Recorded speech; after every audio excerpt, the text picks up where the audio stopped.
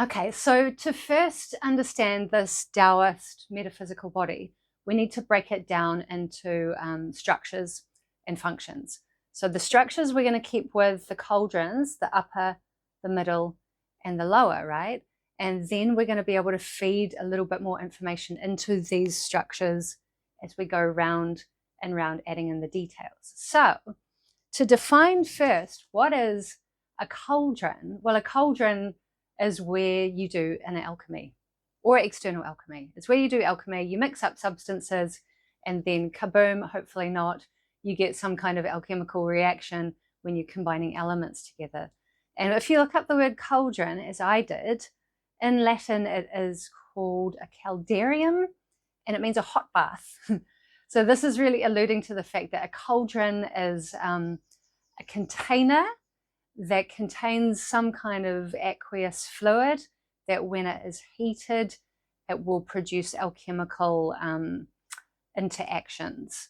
So, you know, I've used the example before, when you boil a pot of water on the stove and you use the element of fire to heat up the element of water, and then the element of water evaporates into steam before it sinks down back to the earth again. This is an example of alchemy, right? So this is what a cauldron is. A cauldron is a place to do alchemical transformations. So the inner alchemists, they would call these energy centers that we call dantian in qigong practice, and inner alchemy, they're called cauldrons. But they also have a couple of other names which we find in the ancient texts. One of those names is elixir fields. So these are fields, you know, like a field of grass, or a field like an energy field, a biofield. Field has different interpretations, but an elixir field, what is an elixir? Well, when we look up the word elixir, it actually means philosopher's stone.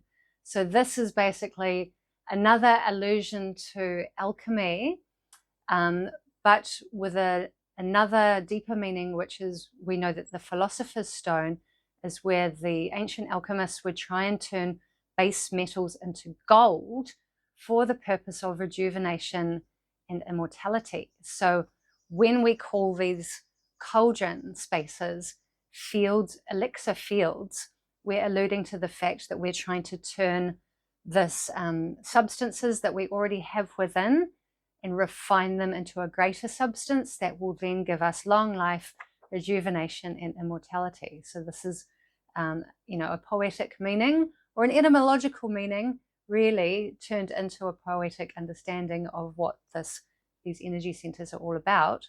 And another name for these energy centers we have is cinnabar fields. And cinnabar is an ore, which means it's a rock made of different minerals combined together. And cinnabar happens to be a combination of mercury and sulfur, and it combines together, usually found in volcanic areas or areas where there's like hot bubbling mud pools. It's you know, from this alchemical process of heating this mercury, which is a liquid metal, and then as it's heated, combined with the sulfur, it turns into this red rock.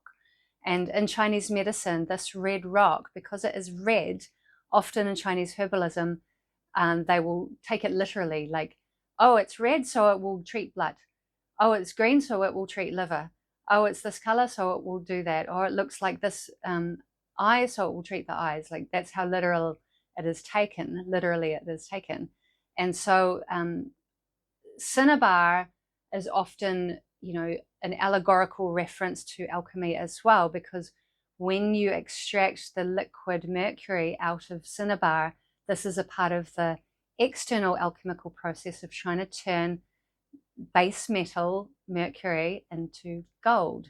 So it's another way of saying that these places, these cauldrons, these elixir fields, these cinnabar fields, are places where we do inner alchemy to refine what we've already got in terms of the elements we've got going on inside of us as these three vital substances, which we can see as the Qi, the Shin, and the Jing, which is the three parts of the Iosa Chriost.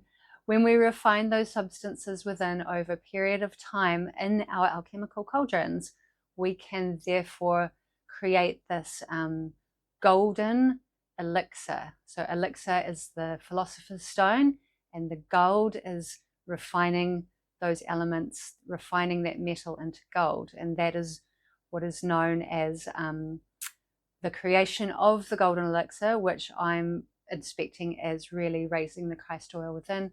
Same thing as the Sacred Secretion.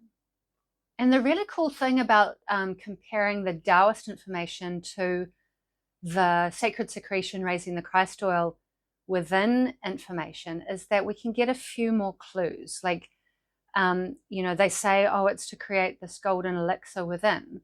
And when you think of this golden elixir, you think of some substance, right? Some kind of thing that you create inside you alchemically, like a rock or something, like a philosopher's stone.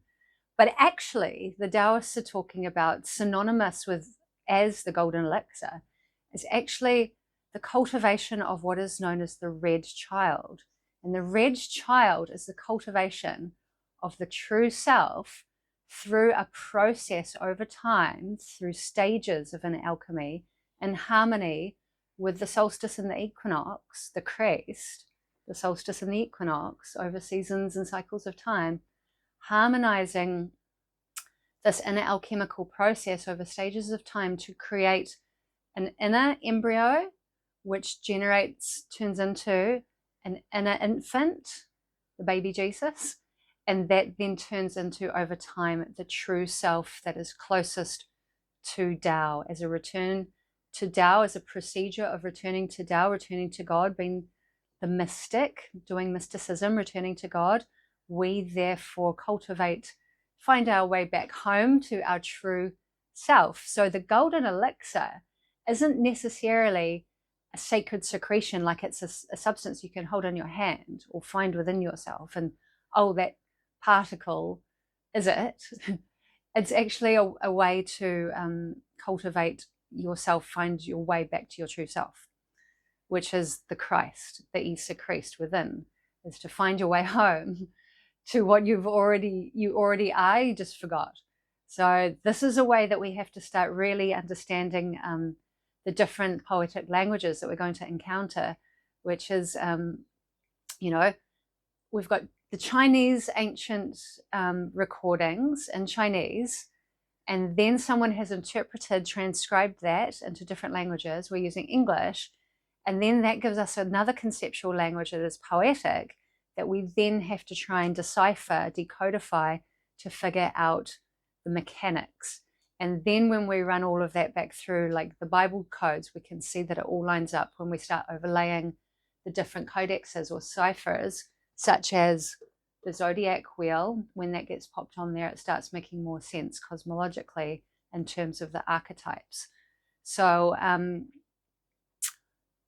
just to say that, when you start having a look through these different articles that I've included in your Google Drive, you're going to see Chinese words, and then that will mean a concept, and then that concept will be like, that doesn't even really make sense in my little world, because it's a Chinese concept, or it's an alchemical concept. So we have to start thinking in different ways to understand this. It's fun. It's poetry. It's fun.